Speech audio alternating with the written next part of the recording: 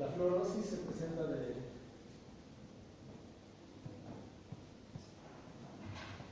esta manera, cuyo característica física ha dado lugar a que se llamen los dientes veteados o dientes moteados.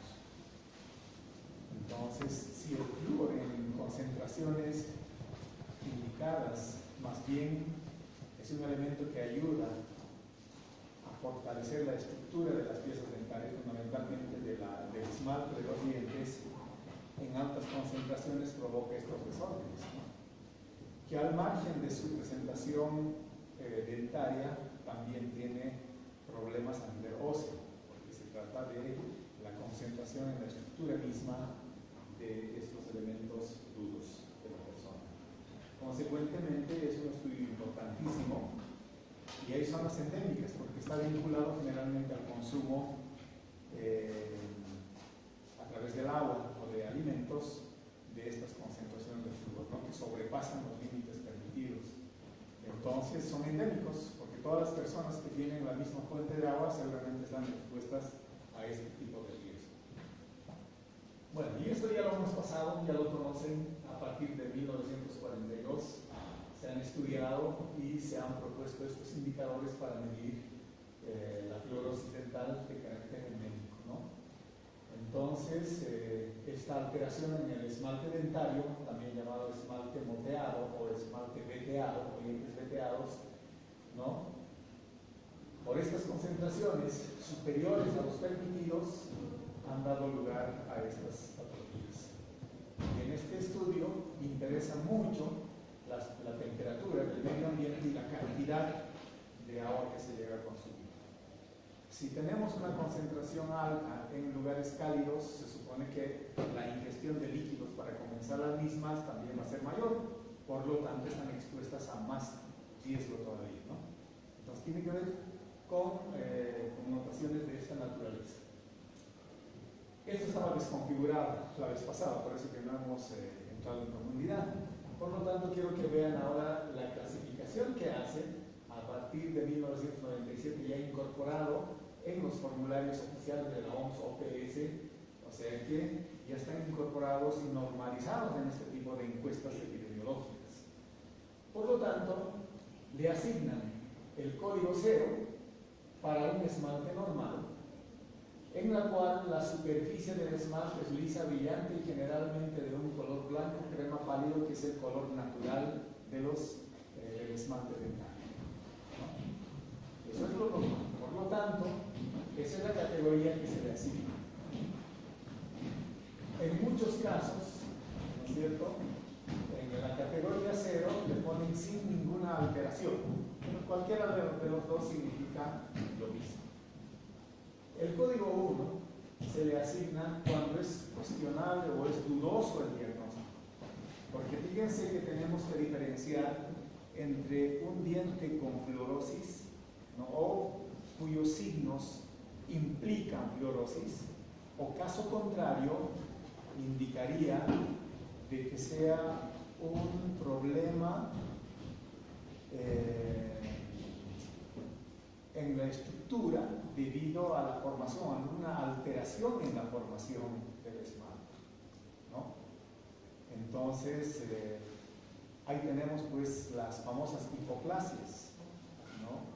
Algunos defectos por medicamentos o por cualquier otra situación suelen existir manchas en el esmalte de los dientes, pero que no es precisamente fluorosis, sino se debe a otros problemas. Entonces, si es así, entonces existe la duda razonable de que sea fluorosis o no lo sea. Por lo tanto, cuando existe alguna duda, se coloca el número 1. Cuando el esmalte muestra ligeras aberraciones con aspecto de translucidez del esmalte normal, que puede fluctuar entre unas pocas manchas blancas hasta manchas ocasionales. Las manchas pueden ser externas o internas. Las externas, producto del consumo de tabaco, de mucho café o de alimentos pigmentados, también pueden provocar estas manchas, ¿no?, o estas coloraciones, como en la imagen inicial que teníamos en la portada. Pero también pueden haber manchas blancas por otros motivos, pero que no precisamente sean fluorosis, ¿no? Consecuentemente, este nivel de duda se plantea con el código número 1. Pero cuando ya tengamos algunas características básicas que impliquen una fluorosis, entonces se le asigna el código número 2 con la descripción de muy leve cuando la pieza dentaria presenta pequeñas zonas opacas de color blanco diseminados irregularmente por todo el diente, pero abarcando menos del 25% de la superficie dental vestibular. Entonces, en la inspección nos está indicando que nos interesa inspeccionar la superficie vestibular, ¿no? La que da el vestíbulo, lo que está protegido por los labios, o la mucosa de la boca en realidad. Y le asignamos el número 3 o leve a las zonas opacas blancas del esmalte, pero que son más extensas que en el criterio anterior, pero abarcan menos del 50% de la superficie dental. O sea, si en una pieza dentaria vemos y es menos del 50%, estaría en una categoría leve. Y moderado, cuando la superficie del esmalte de los dientes muestra un marcado desgaste y una mancha de color carmelita o marrón, y es frecuentemente una característica desfigurante, o sea que ya no es solamente la mancha o el cambio de coloración, sino al margen de eso ya hay una deformación o ausencia de esmalte, ¿no? Se vuelve como tiza prácticamente, y en algunos casos blanco y en algunos casos ya adquiere un color marrón.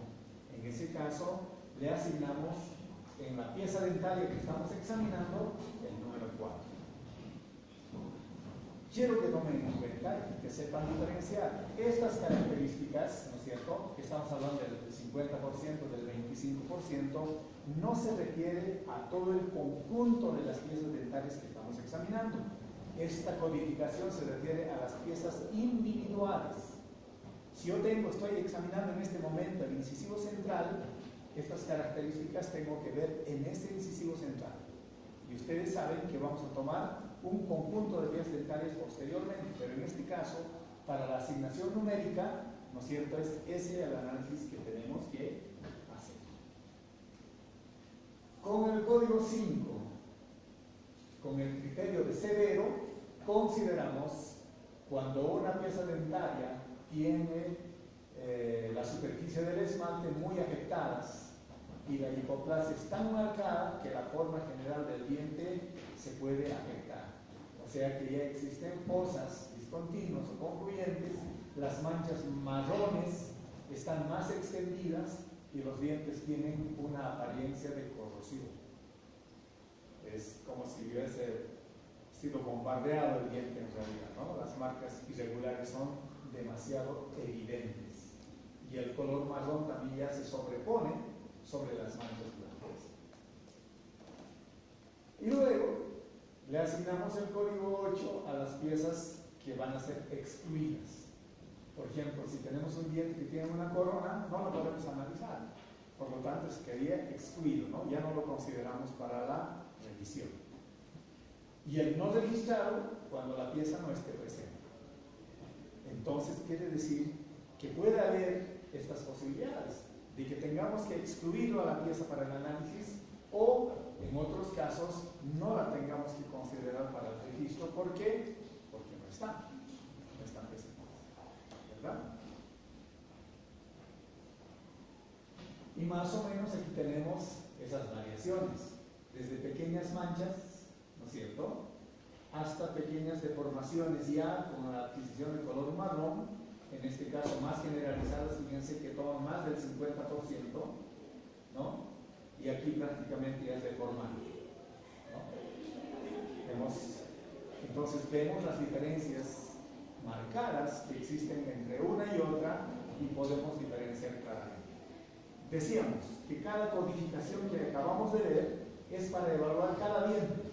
Por ejemplo, en este diente o en este otro diente, ahí evaluamos los porcentajes, si abarca el 25% o el 50%, etcétera, de una pieza dental. Por lo tanto, esa clave va a ser para cada pieza. pieza dental. ¿Ok? ¿Tienen algún problema hasta ahí? Está clarísimo. Ah, aquí está la gran duda. ¿Qué piezas vamos a considerar para el examen? De 16 a 10, o sea, desde el primer molar permanente, todos los incisivos hasta el otro molar, hasta el otro primer molar permanente superior, y en el inferior igual del primer molar a primer molar. En todo caso estamos hablando por cada cuadrante 6 piezas dentales. Entonces en una hemiarcada tenemos 12 y en total tenemos 24 piezas que vamos a examinar. ¿No? ¿Está entendido? 24 piezas, 24 exámenes tenemos que hacer. O sea, nos interesan todas estas piezas dentales. Si supongamos que a esta pieza dentaria lo han extraído, ¿qué vamos a registrar?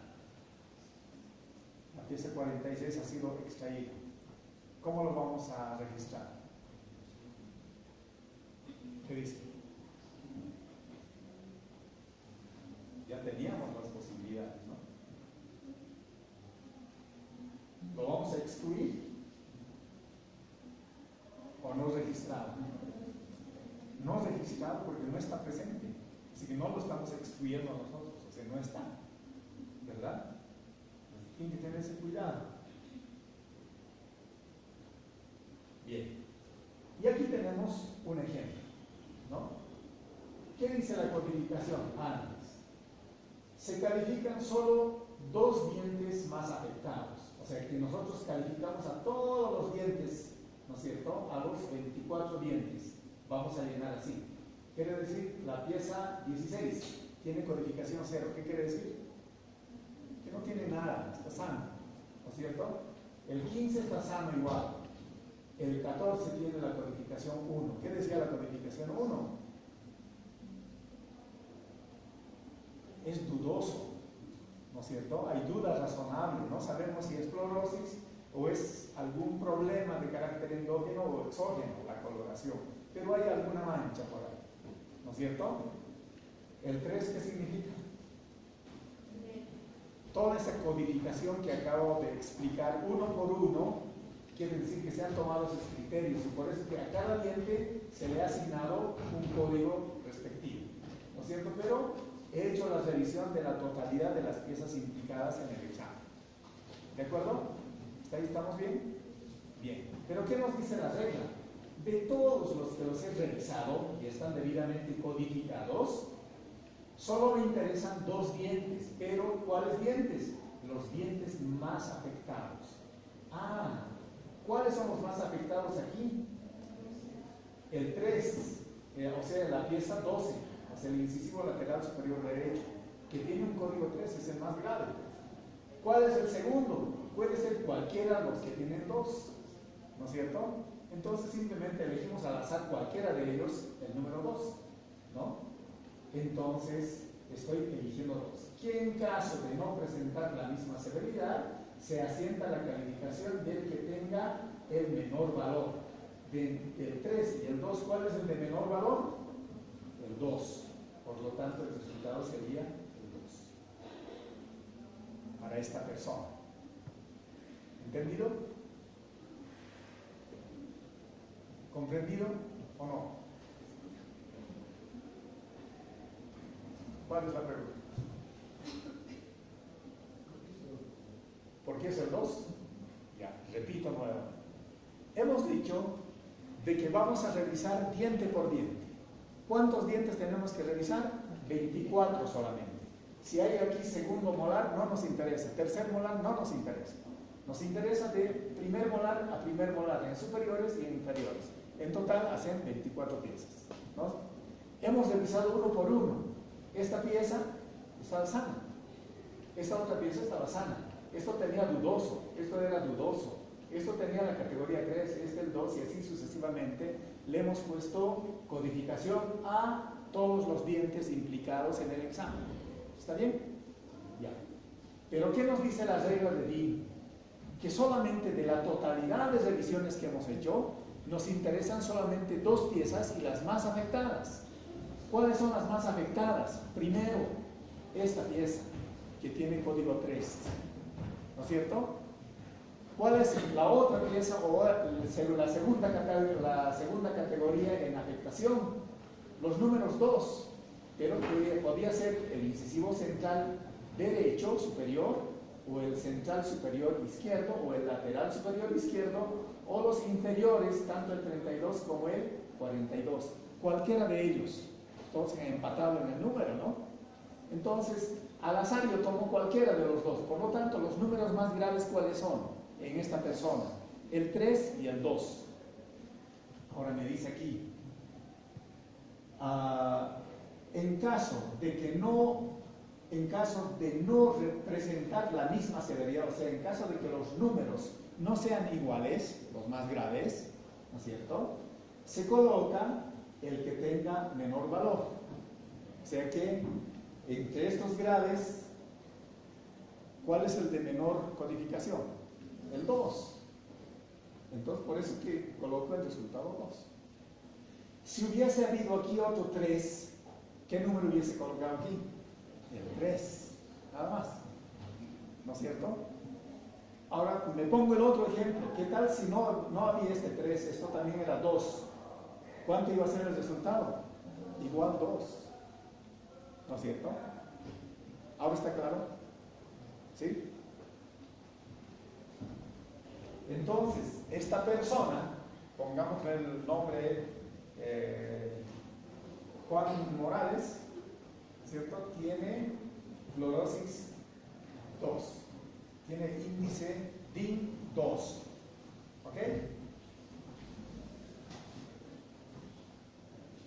Ahora, se arma el conflicto cuando queremos calcular para el colectivo. Claro, si estamos en epidemiología, si estamos en salud pública, no nos interesa la individualidad, nos interesa lo que está ocurriendo en la comunidad. Hemos dicho que nuestro paciente es el colectivo. Entonces ahora tenemos que calcular para el grupo, como el CPOD. El CPOD individual es la sumatoria, ¿no?, de cariados, perdidos, obturados. Pero no solamente eso, ¿no?, sino hemos considerado sus posibles variantes. Un obturado con caries, ¿cómo lo voy a considerar? Como cariado, ¿no es cierto? Una pieza con extracción indicada, ¿cómo lo voy a considerar? Como cariado, porque es una caries avanzada nada más, pero sigue siendo caries, ¿no? Eso ya hemos aclarado. Entonces, en este caso nos interesa igual tomar medidas para calcular el índice del colectivo, del grupo, de la población. Solamente así nos va a interesar epidemiológicamente hablando. Entonces, DIN ha propuesto una ponderación. Por lo tanto, estos son los códigos que hemos utilizado hasta ahora, ¿no es cierto? Entonces, se utilizan ponderaciones. Ponderar, ¿qué quiere decir? Darle un peso a cada uno de los signos. Por lo tanto, el 0 va a seguir siendo 0, el código 1 va a tener una ponderación de 0.5, el 2, 1, el 3, 2, el 4, 3 y el 5 va a tener una ponderación de 4. Es como asignarle un valor. A ver, digamos, ustedes para aprobar la materia, ¿no es cierto?, se dividen en 3 grandes rubros las calificaciones: prácticas, exámenes parciales y examen final. ¿Todos tienen el mismo valor? No, está diferenciado. Los parciales, todos los parciales tienen un valor del 35%. Así den 5 parciales, 8 parciales o un solo parcial, tiene la ponderación del 35%. Las prácticas, otros 35%. El examen final, 30%. ¿No es cierto? Todo lo total hace el 100%. Por lo tanto, fíjense cómo le asignamos pesos. ¿Cuál es el de mayor peso?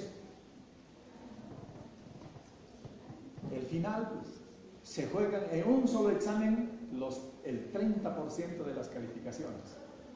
En cambio, en los exámenes parciales, este 35% lo dividimos entre 3, ¿no es cierto? Entonces, cada examen tiene una ponderación menor. En las prácticas, peor. Lo dividimos en tantas prácticas que vamos a dar. Yo estoy fluctuando por las 14, 15 prácticas, creo. vamos a tener casi 18 prácticas, digamos. Entonces el 35 se va a dividir en la totalidad de prácticas. Por lo tanto, cuando uno se aplaza en una práctica es más compensable todavía, ¿no? Porque puedes recuperar en la siguiente, etc. En un final no. Se juegan todo o nada. ¿Verdad? Bien. Parecido a eso, a esto le asignan pesos, ¿no? Le asignan importancia. Entonces, cada uno tiene su propio peso. Entonces, fíjense, el peso mayor está en el quinto, para el cuarto, el tercero, 2 y así sucesivamente. Por lo tanto, estos criterios han sido seguramente estimados por algún ejercicio estadístico por ese autor, por ti. ¿Cuál es la fórmula además para calcular ahora? Esto es simplemente una ayuda que lo vamos a utilizar enseguida. Pero, ¿qué nos dice? Para las poblaciones, para determinar el índice colectivo de fluorosis, también llamado FIC o SIC, ¿no es cierto? Cualquiera sea el nombre, resulta del cálculo siguiente: la sumatoria de la frecuencia por la ponderación estadística dividido entre el total de personas examinadas. ¿Oh? Esa es la fórmula, facilito, ¿no? Vamos a sumar la frecuencia, o sea, vamos a sumar el producto entre la frecuencia y la ponderación estadística. Fíjense, está hablando mucho de la ponderación. O sea que vamos a considerar esta escala. Esto simplemente va a ser nuestro nivel de referencia de calificación. Entonces, cada paciente va a tener un número. Hemos revisado 24 piezas, pero ¿a qué conclusión hemos llegado? A asignarle una categoría, ¿no es cierto? Hemos elegido de los dos más graves, uno. Entonces, cada paciente que tiene un número, una codificación, ¿no es cierto? Cuya explicación literal ya las hemos dado también. Entonces, para llegar a eso, ¿qué vamos a hacer?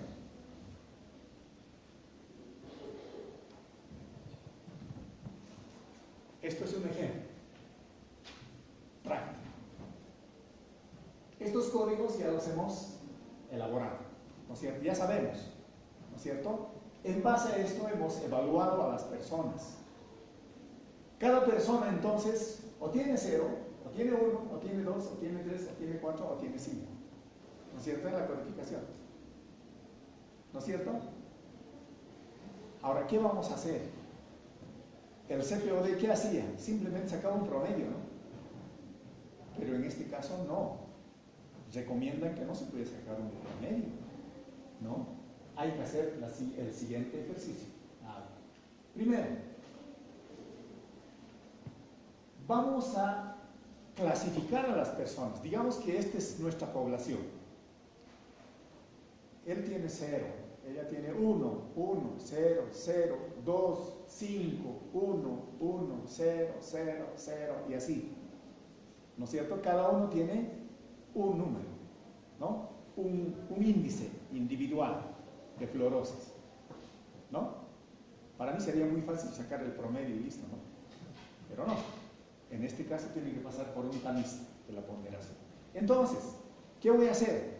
Voy a sumar primero todas las personas que tienen 0, ¿cuántos son? Vamos a contar. ¿Qué vamos a expresar entonces? La frecuencia absoluta.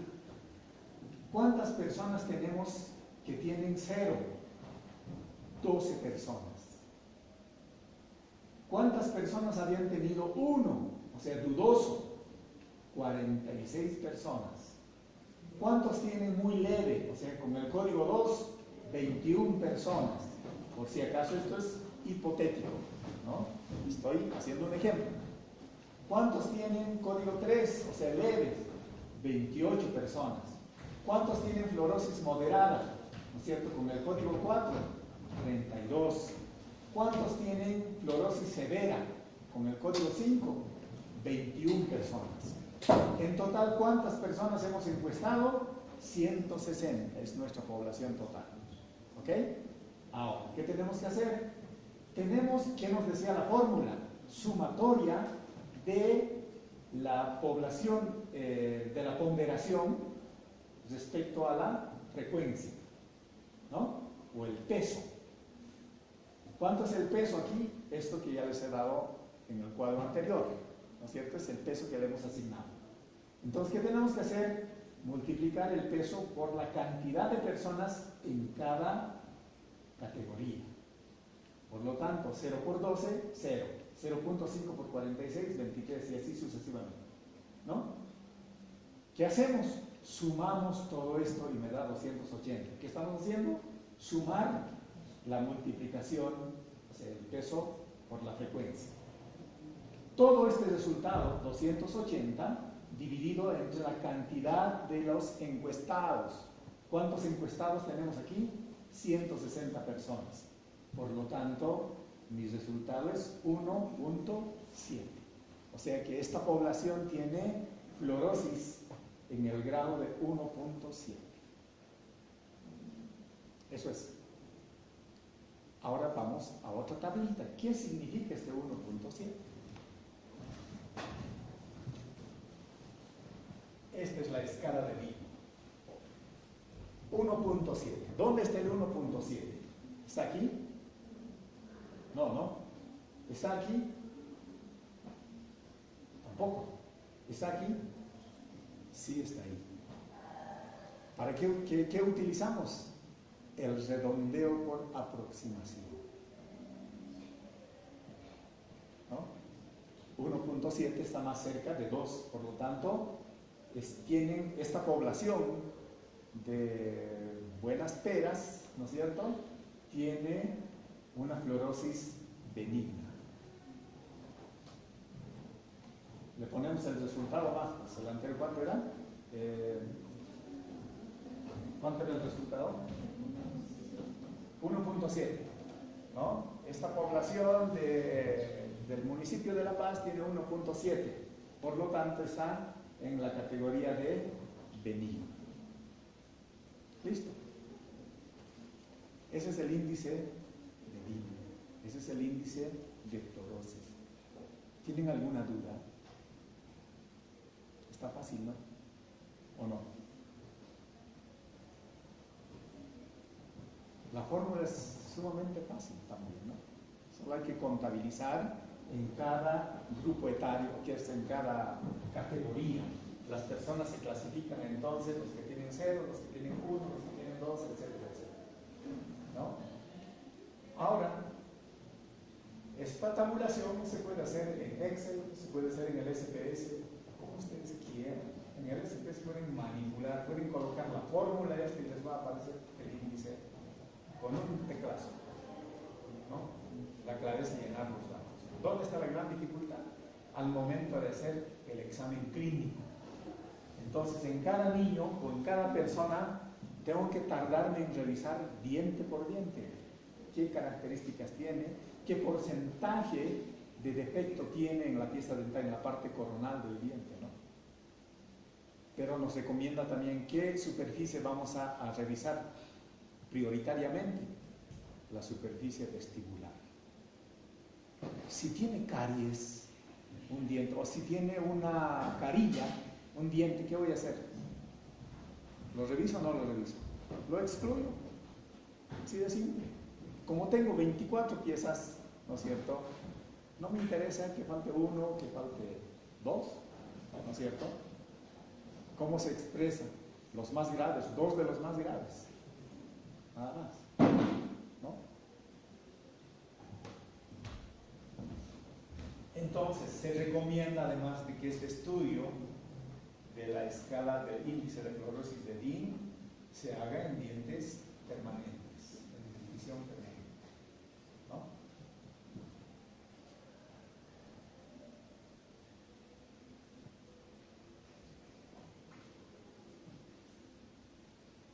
Bueno, eso es lo otro indicador. No hay dudas hasta ahí, ¿no? Está básico, simple. Lo que digan, ¿les han enseñado el índice de Dinh? No nos han enseñado. Ya.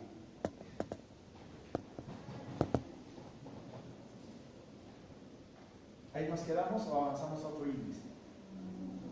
Avanzaremos a otro índice.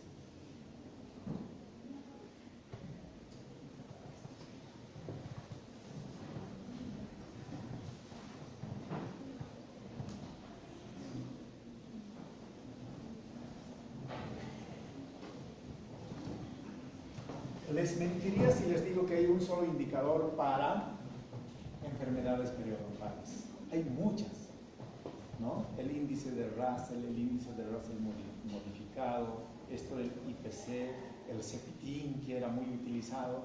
En realidad este indicador del IPC que vamos a llevar ahora, que es el índice periodontal de la comunidad, es una modificación del cepitín que había antes, ¿no?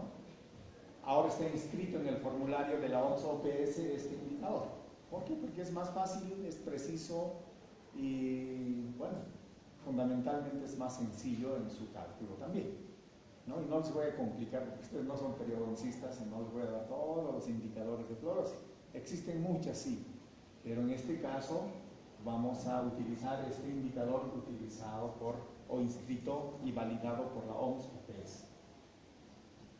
Ustedes saben, cuando hablamos de periodonto, el periodonto tiene una implicación grande, porque es un complejo de varios tejidos. La encía es parte del periodonto, ¿no? El esmalte, no el esmalte, entra el cemento del diente, el ligamento periodontal y el hueso alveolar. Es complejo, ¿no? Tantos tejidos que ingresan. O sea que no depende del diente como tal solamente, sino del tejido de soporte principal. Y entonces hay pues una especialidad que se llama periodoncia, ¿no? Entonces por ese motivo tiene varios indicadores, varios usos y demás que ustedes cuando estén en cursos superiores lo van a determinar. Pero aquí hay una diferencia. Si el periodonto implica el cemento dentario radicular, implica el hueso alveolar, el ligamento periodontal, para analizar esos componentes, ¿qué necesito? Radiografía. No, claro, el hueso no lo voy a ver, nunca. El ligamento periodontal no lo voy a ver. Necesito radiografía, por lo tanto en una radiografía puedo ver el engrosamiento del periodonto, la enfermedad periodontal como tal. Porque a simple vista vamos a encontrar simplemente así. Las cosas evidentes que podemos encontrar es primero inflamación de las encías. Es un indicador, pero lo puedo ver. ¿Qué más puedo ver? El sangrado. Puedo ver, ¿no? Y en este caso, si hay manchas blancas en este sentido, que no puedo precisar en este momento, aunque me señala de que hay cálculos dentarios, puede ser también materia alba o restos alimenticios. Pero tengo una duda razonable. Por lo tanto, para investigar esto, tengo que utilizar algún medio que me permita recurrir a hacer un análisis clínico, en este caso, confiable, ¿no? Que tenga la validez necesaria.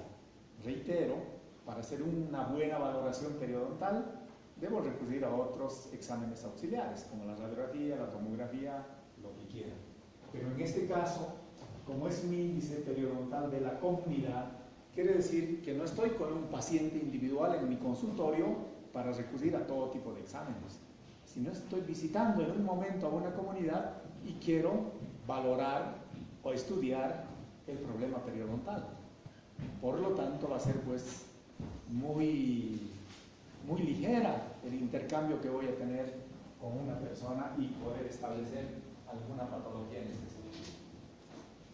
Entonces, este indicador surge por esas necesidades, ¿no? Y el índice periodontal comunitario, también llamado IPC, les reitero, es una modificación del índice cepitín que había mucho más antes y descrito por Ainamo y colaboradores. ¿Qué registra? Básicamente, el sangrado, que hemos podido ver, claro, algo visible, los cálculos dentarios que sí se pueden, mediante el sondaje, ver, porque saben que hay cálculos supragingivales e infragingivales. Los supras los puedo ver, porque hay cálculo acumulado pues, demasiado evidente a primera vista, ¿no es cierto? Así como el sangrado que he podido ver, puedo detectarlo, ¿no? Se puede ver. Pero el subgingival no lo voy a poder ver, ¿no? Tengo que recurrir a algo. Por lo tanto, hablan de cálculos en términos generales. Pero también puedo ver o puedo diagnosticar bolsas periodontales, ¿no? Hay bolsas falsas y hay bolsas legítimas, ¿no? Eso lo vamos a ver, ustedes lo van a ver más adelante. Entonces, nos permite estimar la pérdida de inserción o la fijación de los dientes y las necesidades de tratamiento en la población. O sea que nos interesa igual la población, pero vamos a hacer recolección de persona a persona y vamos a lograr un indicador promedio general. ¿Okay? Bien. Para este fin, se ha diseñado una sonda especial que se llama la sonda de OPS o la sonda periodontal de la OPS. Así lo venden. Ustedes van a poder ir a comprar instrumental, le van a preguntar a cualquier vendedor, ¿tiene sonda periodontal? Sí, ¿cuál quiere? ¿El de Carolina del Norte, el de la OMS OPS o quiere de tal autor o de tal, etcétera? Tiene que saber cuál. Entonces depende cuál va a pedir, ¿no? Y en este caso, para el diagnóstico, para utilizar ese indicador, el IPS, la OMS ha permitido validar el diseño de una sonda especial, que en la punta tiene una esfera chiquitita, ¿no? Cuyo diámetro aproximadamente fluctúa entre 0.5 medio milímetro, ¿no? La mitad de un milímetro. Entonces ha medido todo, fíjense, está calibrado. De aquí para acá tenemos 15 milímetros. La parte negra tiene 2 milímetros. De aquí a aquí 3, de aquí a aquí 3. En total hacen aproximadamente los 11.5 milímetros, ¿no? Y tienen aquí banditas o escalas. ¿Para qué nos sirven estas medidas? Para ver la profundidad de las bolsas. Entonces el indicador dice con milímetros, pero para que haya mayor facilidad, por eso precisamente cuando hay este cambio de color, está esta parte negra y estas marquitas que existen aquí ya están calibradas. Por lo tanto, al introducir hasta dónde están, ya tenemos más o menos el cálculo en milímetros de la profundidad de la bolsa, ¿no? Para eso sirve. Por eso está debidamente calibrado y por eso se utiliza esta sonda. ¿Hasta ahí tienen alguna pregunta? Por algo tenemos este indicador, o sea, esta medida, este instrumento de medición, ¿no?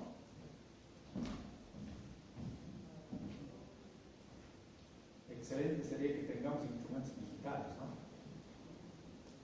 ¿Cómo se maneja la sonda? Esto es misceláneo, esto no lo considero importante, ¿no? Pero hay recomendaciones cómo debemos utilizar la sonda. No es cuestión de introducir y pinchar, ¿no?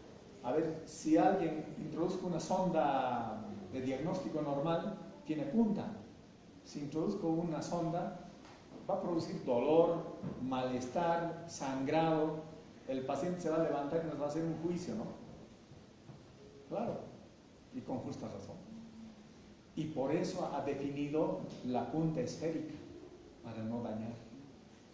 Además, ¿no es cierto? Entonces tiene razón de ser el diseño de esa. Pero ninguna sonda periodontal la van a encontrar con punta. Todos tienen una punta roma, pero en este caso tienen una forma de esferita además, ¿no? Tiene explicación todo. Por lo tanto, las características que vamos a ver enseguida tienen que ver con el sondaje. Entonces, cuando dice sangrado, no quiere decir que abra la boca y veo que está sangrando, ¿no? No. Si sangra al sondaje, si yo no hay sangre, no hay nada. Pero cuando la sonda lo paso y empieza a sangrar, quiere decir que se anota un código X, ¿no? Entonces se refiere siempre al sondaje, no a simple vista. Ya nos indica algo a simple vista, ¿no? Pero los exámenes durante el sondaje es que nos van a dar algunos detalles siguientes. Definen en dos categorías: para adultos con 20 años o más y para menores de 20 años. Para el grupo de personas de 20 años y más utiliza esta codificación, ¿no? Todas las piezas las divide en sextantes, a eso se llama sextantes a este grupo de dientes, ¿no? ¿Cuántos sextantes tenemos? 6. Uno el grupo de los incisivos hasta los caninos, otro del primer molar del primer premolar hasta el último molar, ¿no es cierto?, en todas las arcadas.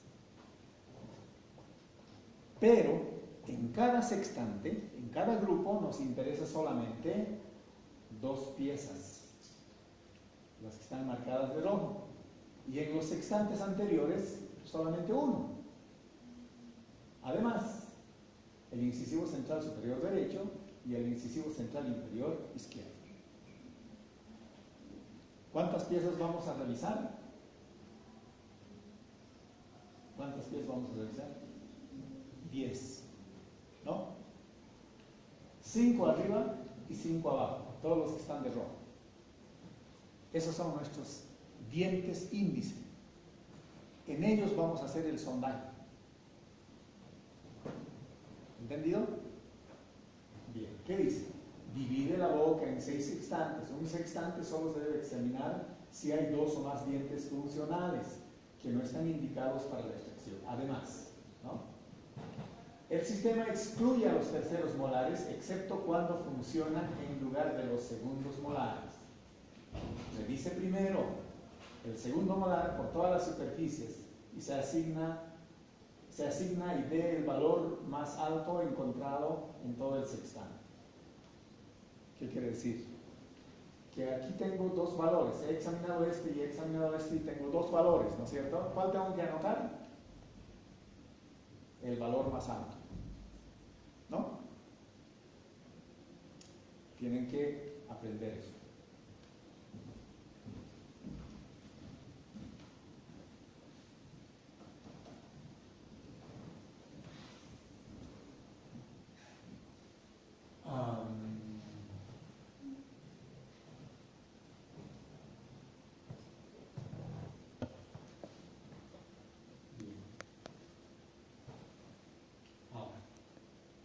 Si no hay primero y segundo molar en un sextante, examine todos los dientes que quedan. O sea que si las piezas indicadoras no las tengo, ¿no es cierto? ¿Qué tengo que hacer? Ver las otras que existen, ¿no es cierto? O caso contrario, eliminar al sextante cuando no cumplan los requisitos básicos necesarios.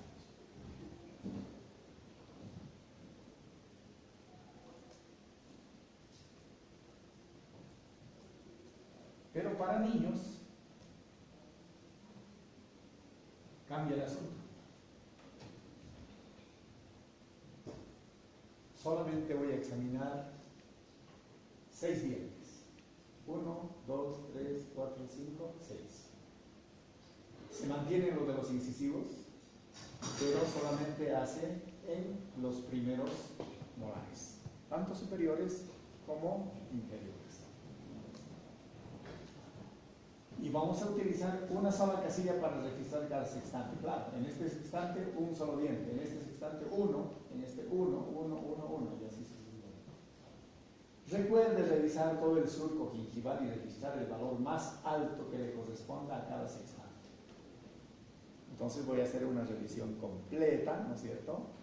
Y me indica el valor que debo asignar. Voy a tener varios valores que enseguida les voy a mostrar la tabla. Y si dice revisar todo el surco gingival y registrar el valor más alto que le corresponda a cada sextante, ¿qué quiere decir? Voy a hacer un sondaje, pero un diente tiene varias superficies: la vestibular, lingual, mesial, distal. La mesial y la distal no la voy a poder revisar. ¿Por qué? Porque generalmente está con el diente vecino, pero sí puedo introducir de manera oblicua, ¿no es cierto?, para dar una referencia de lo que está pasando en las superficies proximales. De todas maneras, siempre voy a poder revisar, ¿no es cierto?, incluidos los proximales, con cierta dificultad, pero sí voy a poder, ¿verdad? Entonces, digamos que en la parte vestibular, ¿no es cierto?, la profundidad es 2 milímetros, pero en la lingual del mismo diente es 4 milímetros. ¿Cuál debo anotar? 4 milímetros, el más grave, ¿verdad? Entonces, esa es la categoría que debo hacer. Además de que es la parte más grave del mismo diente, como es un solo diente por cada sextante, quiere decir que es el valor más grave de todo el sextante, porque está representando a todo el sextante, a todo ese grupo. Solo utilizar los códigos 0, 1 y 2. Ah, aquí hay una variación. Me está diciendo que para este grupo etario solamente puedo utilizar estos códigos: el 0, el 1 o el 2. ¿El 0 qué es? Sano, el que no tiene problemas, ¿no? El 1 me va a decir algo y el 2 que enseguida les paso a la tabla, ¿no? Entonces, ya está indicando, y peor todavía, es más sensible para niños menores de 11 años, porque debido que a esa edad se presentan falsas bolsas. ¿Por qué falsas bolsas? Porque hay en proceso de erupción las piezas dentarias, ¿no? Están concluyendo, o con ese problema del cambio o del recambio de las piezas dentarias nos pueden implicar falsas bolsas, ¿no? Que no es por una enfermedad, sino porque es por el proceso de recambio de las piezas dentarias que pueda expresar alguna forma no deseada. Y aquí tenemos los porcentajes. ¿Qué hemos dicho para menores? Que vamos a utilizar el 0, 1 y el 2. O sea que vamos a utilizar hasta aquí nada más. Todo esto ya no. Todo completo, ¿para cuál vamos a utilizar? Para mayores de 20 años, ¿no? Y para menores de 12 años o de 20 años para abajo, ¿no es cierto? Podemos utilizar solamente hasta el 2. ¿Está entendido hasta ahí? Es la parte principal. Entonces, en los niños y los adolescentes, vamos a utilizar esto porque seguramente ahí va a haber muchos casos, o la mayoría no va a presentar ningún problema. No tiene bolsa, no tiene cálculo y tampoco presenta sangrado al sondaje. Pero algunos sí los pueden presentar, ¿no? Si lo presentan, tenemos el código 1. Cuando presentan sangrado, pero no hay cálculo tras el sondaje. O sea, ¿qué está diciendo? Que después de hacer el sondaje hay sangrado, pero no hay cálculo, ¿no? Entonces puede ser una simple gingivitis, digamos, ¿no? En este caso, en el grado 2, hay sangrado, pero hay cálculo supra y subgingival. Se presentan bolsas periodontales, pero toda la banda negra de la sonda es visible. Esa sonda que hemos visto, había una banda negra, ¿no es cierto?, que tenía ciertos milímetros, 2 milímetros medía, ¿no es cierto?, pero comenzando de la punta hasta que llegue ahí, también tenía una medida especial. Por eso era importante. Entonces, en este caso, toda la banda negra de la sonda es visible, o sea que no se ha perdido. La parte negra la voy a ver completita, ¿no es cierto? Si la veo completa, tengo que asignarle el grado 2. Pero si la banda negra entra y lo veo la mitad de la banda negra, le voy a dar la otra categoría. Y si se pierde la banda negra, le doy el 4. ¿No? O sea que la bolsa es más profunda. Entonces, fíjense que la sonda periodontal es súper importante, porque aquí me hablan de medidas, ¿no? Entonces, la banda negra desaparece, está a la mitad o está completamente visible, me va a dar las categorías de la bolsa al margen de la presentación de los cálculos. Claro, una bolsa no se presenta sola, siempre se presenta por la presencia de cálculos o de tártaro. Eso lo van a aprender ustedes. Y en clínico van a ser los famosos raspajes, ¿no? O la tractectomía. Y hay casos que no se pueden resolver, ¿no? Esto lo van a llevar en periodoncia en detalle. ¿Tienen una duda hasta ahí? Por lo tanto, ahí está la clave. En base a esta clave le van a asignar un puntaje a cada diente índice, ¿no? Por suerte son pocos dientes, ya no son todos los dientes como el índice de fluorosis, ¿no? Aquí, por cada sextante hay uno o hay dos dientes, ¿no es cierto? Tanto en mayores de 20 o menores de 20. A partir de esos valores obtenidos se sacan porcentajes y los promedios de sanos y afectados en la población para cada una de las condiciones o criterios. Por lo tanto, igual, para cada criterio puedo sacar un promedio, ¿no? O sea, los que tienen 0, los que tienen 1, los que tienen 2, los que tienen 3, etc. Algunos investigadores no recomiendan la obtención de promedios. O sea, ¿qué nos está queriendo decir? Que no recomiendan que saque un promedio para toda esta población y decir, esta población tiene un índice tantos, ¿no? Porque se pierde la información. Por lo tanto, ¿qué nos está sugiriendo? Que saquemos porcentajes o promedios, pero internos. ¿Qué quiere decir? Que igual vamos a clasificar el número de personas que tienen 0, el número de personas que tienen 1, el número de personas que tienen 2 y así sucesivamente. Ahora, entre todos los que tienen el 1, ¿no es cierto?, le voy a asignar un porcentaje. En esta población, el 80% tiene 0, el 20% tiene 2. ¿Me entienden? Estoy expresando en porcentaje, ¿no? Entonces es más fidedigno. Si yo lo promediaría, sería pues 0.5, ¿no? Pero no está bien. Eso lo recomiendan los autores. Y ahí tenemos la codificación para el tratamiento. Una vez que ya tengamos clasificado, ¿no es cierto? Si tenemos, hemos dicho, el 80% tiene 0. ¿Qué quiere decir? Quiere decir que el 80% de esta población no necesita ningún tratamiento periódico. Y hemos dicho que los que tenían 2, ¿no es cierto?, eran el otros 20%. Entonces, ¿qué voy a decir? Que el 20% de las personas de este curso necesitan profilaxis dental, adiestramiento en el cepillado y además un raspado profesional, ¿no?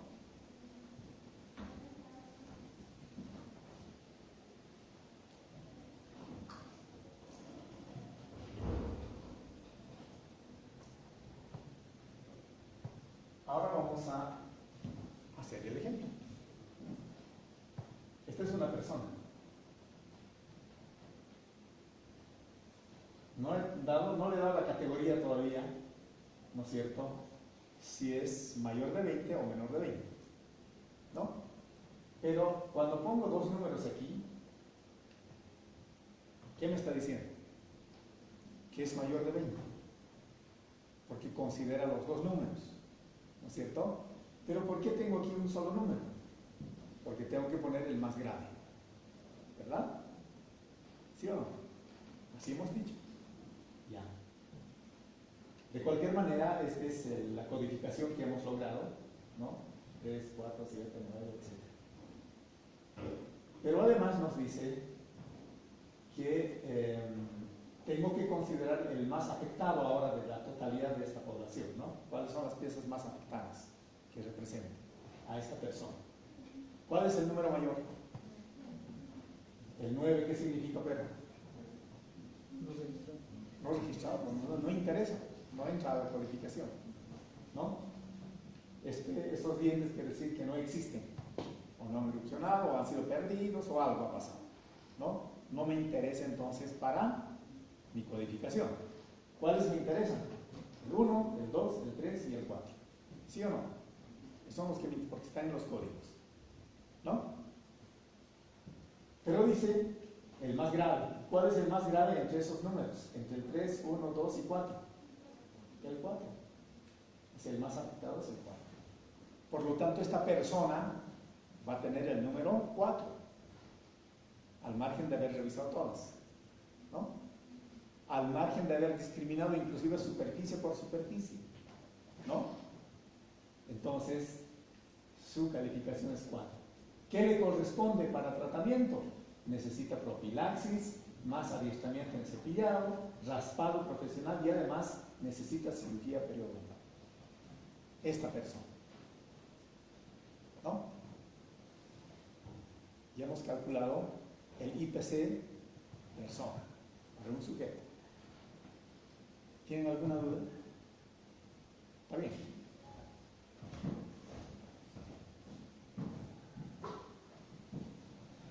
Y les decía que no podemos sacar promedios, decía, ¿no? Porque recomiendan los autores, claro, entonces, como no voy a sacar promedios, puedo clasificarlos de esa manera, por grados de severidad. 0, o sea, los que tienen 1, perdón, los que tienen 0, los que tienen 1, 2, 3 y 4. Ya sabemos, ¿no?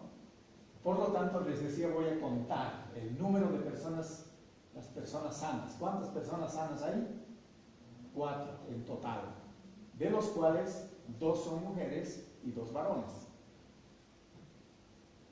Igual que el índice CPOD, pues. Puedo clasificar el índice CPOD para todo el grupo, o por sexo, o por edad, ¿no? En este caso igual. Los que tienen grado 1, hemorragia al sondaje, pero no hay cálculos, ¿no? 1, categoría 1. ¿Cuántas personas había habido?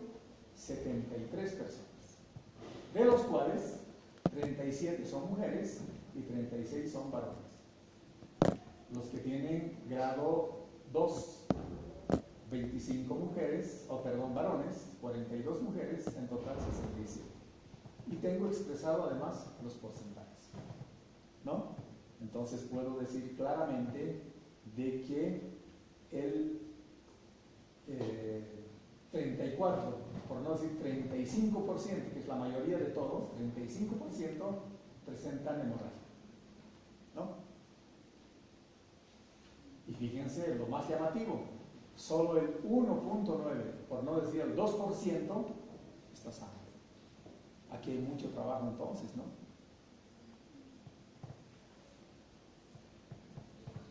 ¿Alguna pregunta? ¿Está claro? Esto, por si acaso, es datos reales. O sea, cuando les pongo así, estos ejemplos son reales, son de artículos publicados, ¿no? Entonces, podemos hacer y deshacer por la forma de presentación de los datos. Como ustedes ya han avanzado, formas de hacer gráficos, formas de hacer cuadros,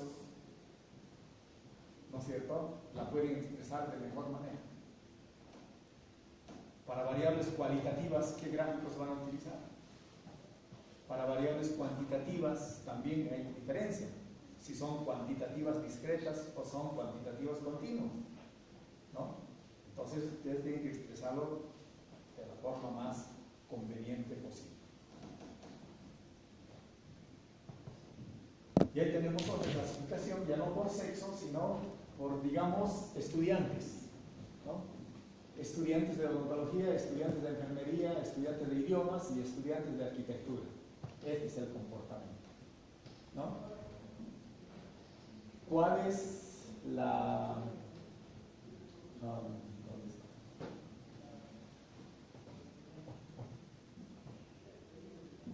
El otro cuidado que deben tener es lo siguiente, ¿no? Aquí están calculados en términos porcentuales, pero sobre esta categoría, sobre 49 personas que hace su 100%. Aquí, sobre este 50, 45 y así sucesivamente, ¿no? Y podemos claramente buscar aquí cuál es la facultad más afectada.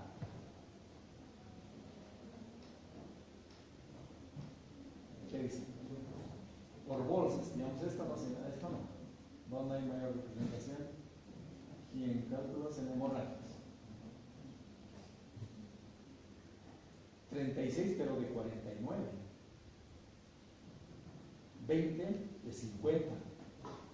11 sobre 45. Y así sucesivamente. Entonces, en los cuadros tienen que ustedes ver cómo van a interpretar los datos. ¿no? ¿Por qué aquí tenemos 100%, 100%, 100%? Porque quiere decir que en odontología hay 49 alumnos y al 49 alumnos hacen el 100%. Y de estos 49, estos son los porcentajes de afectación. Por lo tanto, aquí 65% están sanos, ¿no es cierto? De la totalidad de alumnos, sin comparar con nadie. En odontología hay 49 alumnos y el 65% de ellos está sano. En enfermería son 50 alumnos, de los cuales solo 14% están sanos. ¿No es cierto? Por eso está expresado de esa manera. Si es que el cuadro que agarren, esto es una publicación también, ¿no? El cuadro que agarren depende cómo la interpretan, cómo manejan la información. Porque finalmente las estadísticas no es para que ustedes sumen, resten, multipliquen, dividen, saquen la raíz, nada por el estilo. Ahora, todo ese trabajo hacen los programas estadísticos, ¿no? El EPINFO, el EPITROP, el EPIDAB, el MINITAB, el SPSS, ¿sí? Y hay programas realmente complejos, ¿no? Esos programas se lo hacen todo el ejercicio. Ustedes simplemente ordenan y luego interpretan. Entonces, si yo les puedo mostrar este ejemplo nada más y les puedo hacer preguntas, ¿no? Y en base a este cuadrito me tendrían que responder entonces, ¿no? En un examen les puedo poner este cuadro y de aquí sacar 20 preguntas, ahí mismo, y el cuadro se los voy a presentar, ¿no? Y tienen que responder cada una de las preguntas. Bien, esa es la famosa sonda, ¿no es cierto? La puntita, la banda negra que les decía, cada uno tiene sus medidas y todo lo demás.